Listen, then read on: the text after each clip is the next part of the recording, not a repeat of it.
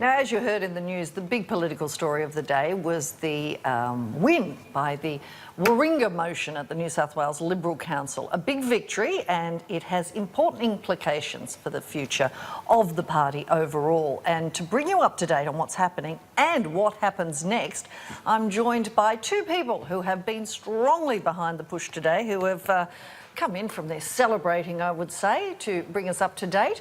John Ruddick, who has welcome to the show. You were on Outsiders this morning talking about what was going to happen, and in fact you ended up winning. And sorry, speaking of Outsiders, we are lucky enough to have as a guest Outsider host himself, and who was on the Friday show about this, guy's own Ross Cameron. Welcome in, Ross. Thank you. I know you weren't expecting to come in, or you wouldn't be wearing that brown leather jacket, I would have thought. No. This was the casual. I wasn't expecting to be on, but delighted to be invited. It's the excitement of the day. So, John, tell us, a great victory. Yes.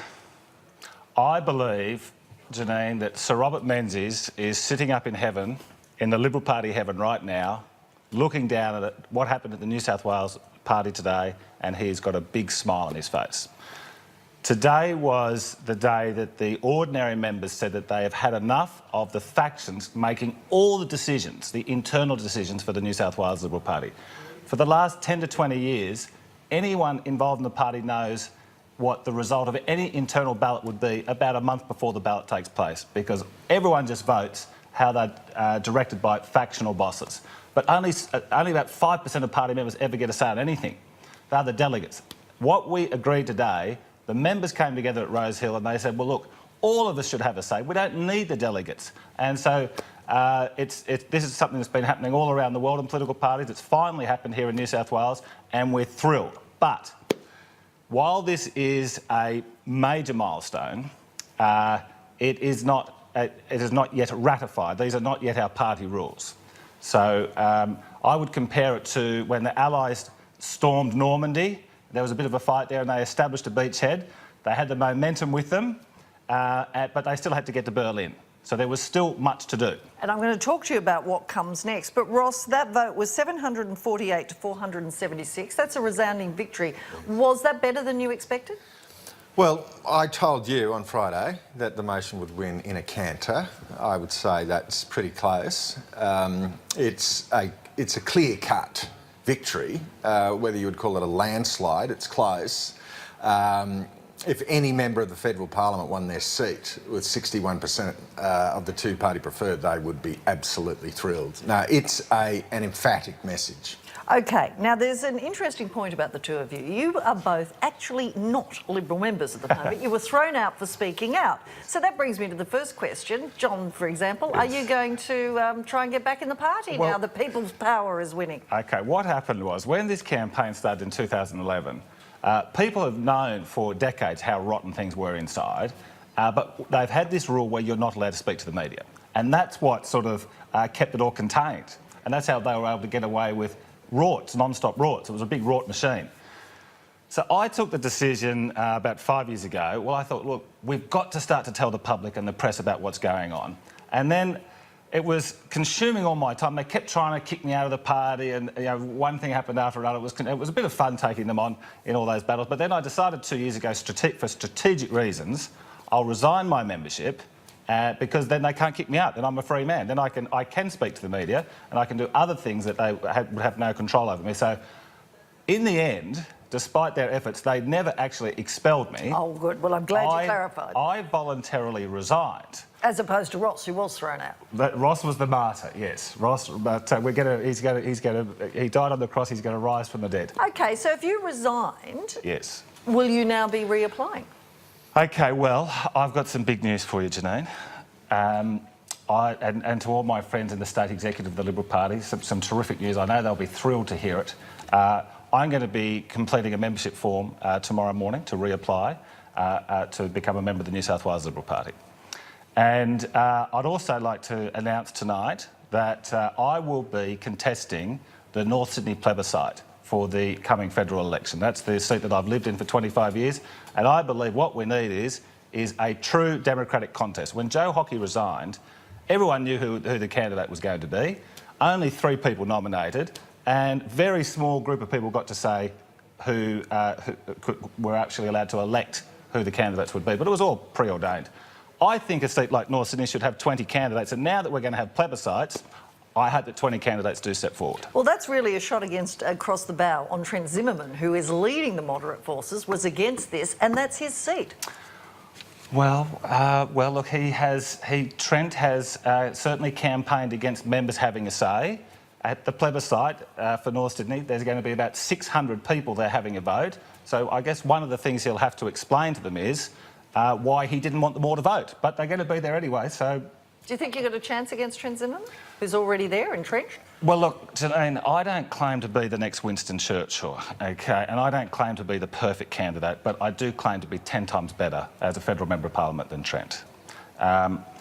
Because you're not a moderate, or for other reasons? Look, I don't want to have a major attack on Trent. No, we won't do. A lot of people, most of these people who are heavily involved in the factional war, strange as it may seem, are not actually that interested in politics. They're not interested in philosophy or economics or history or the bigger issues. They don't even really follow world news much or anything. They are extremely skillful at factional politics, doing deals and rorting numbers and stacking out branches and doing all the crazy little things. But when you talk about real politics, they're just not that interested in it. And you can tell this by look at the Twitter feeds of a lot of the New South Wales federal members of parliament. They talk about the most inane stuff. They're really not that interested in politics. As a man who never talks about inane stuff, Ross Cameron, will you be reapplying? Will you be trying to overturn your expulsion? Or is it too soon? Well, I mean, the difference is John is not overturning an expulsion. No, he's just simply a member of the public who is applying to join the Liberal Party. My 4.5-year suspension presumably still stands. I will simply continue, as Marcus Aurelius would say, to stand at my post and do my duty as I see it, which is to continue to advocate for the interests of outsiders, in this case of branch members as opposed to factional bosses. And I think today was the last chance for the Liberal Party, because the truth is, if the decision had gone the other way, John Ruddick would be announcing tonight that he was joining Cory Bernardi's party, as indeed would, I believe, hundreds of those who attended the meeting today. So as John says, the challenge now is to get from Normandy to Berlin. The Sydney Morning Herald is reporting right now that the factions have already decided they will not implement the Warringah motion, but that we must implement the Hawke, quote, safeguards, which is to drop this proposal into a bog of negotiation, which involves a direct strategy of delay, dilute, destroy. Now, John, I wanted to ask you about this. How do you avoid this becoming a Pyrrhic victory? Because this is only the first step. You actually have to get a 60% vote to change the Constitution. What chance has that got? Well, just so your viewers understand it, so to permanently and officially change the rules of the party, it needs to go to a body called State Council, which consists of 600 people, which is about 5% of the party membership. Now, those 600 people have a very large number of them are just little factional robots who will vote as they are told to vote. Now, they are the ones that are going to say yay or nay to these rules in about 3 months' time. So I want to put the factional bosses on notice that we can do this the easy way or we can do this the hard way. If State Council comes up with compromises or any other nonsense or delays, as Ross says, this is what's going to happen. A high-velocity campaign is going to be launched on all fronts calling for federal intervention in the New South Wales division.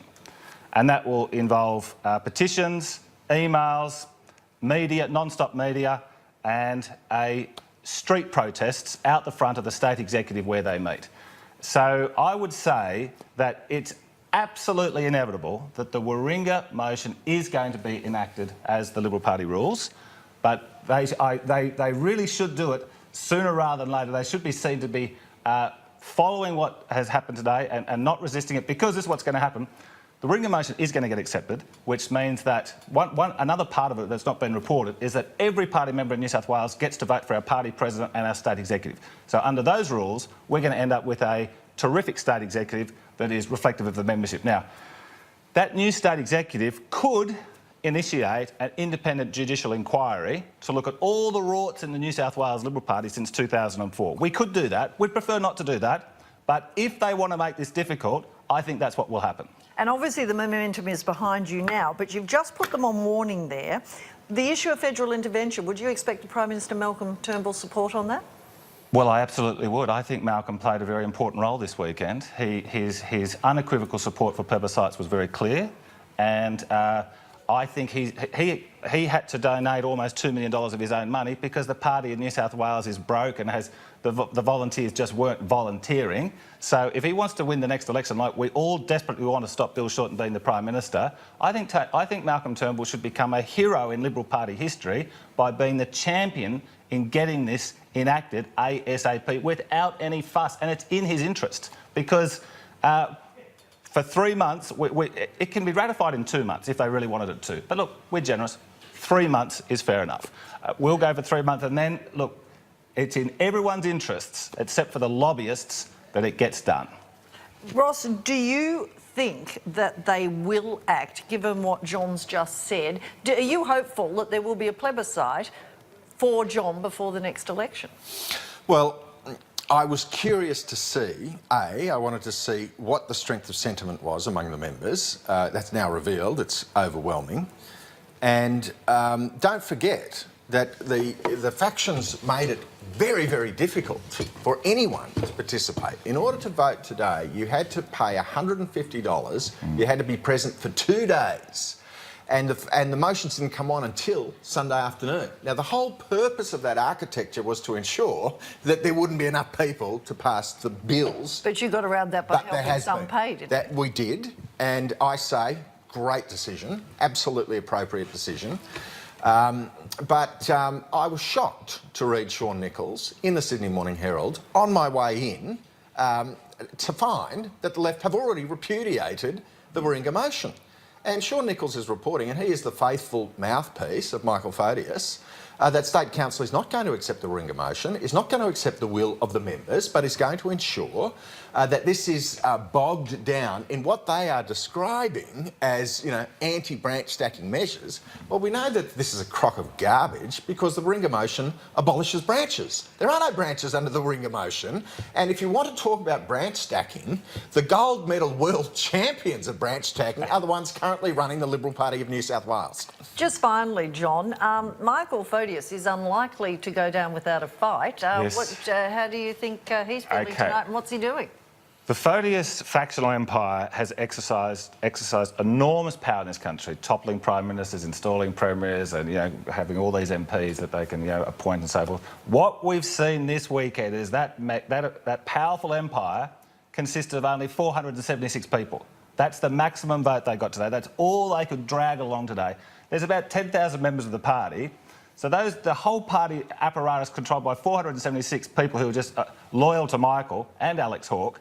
They had constructed this delegate pyramid. House of cards. House of cards, that's what it was. And it's now crumbling, is that what you're saying? Well, look, it's in everyone's interest and it's in their interests. I mean, they've been embarrassed about rejecting democracy. Now, do they want to make it worse? I would ask them to please get on the right side of history. Well, Nick Reiner said disunity is death. There you go. So, Ross, is it obviously could be the beginning of the end for Michael Photius, but should Trent Zimmerman be worried about John Ruddick's challenge? Well, I think that the pre-selectors of North Sydney at the 2016 election did not even get...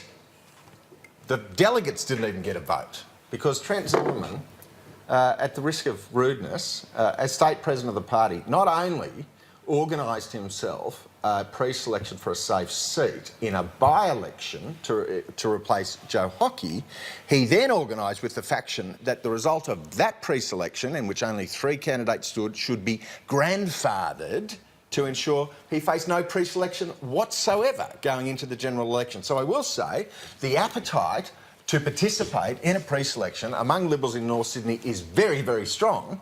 And John, I respect the fact that he's saying he wants lots of strong candidates to come forward. I would say John Ruddick would make a magnificent member for North Sydney and I would have no difficulty voting for him. There you go. Well, I'm going to leave it there because we are going to be hearing a lot more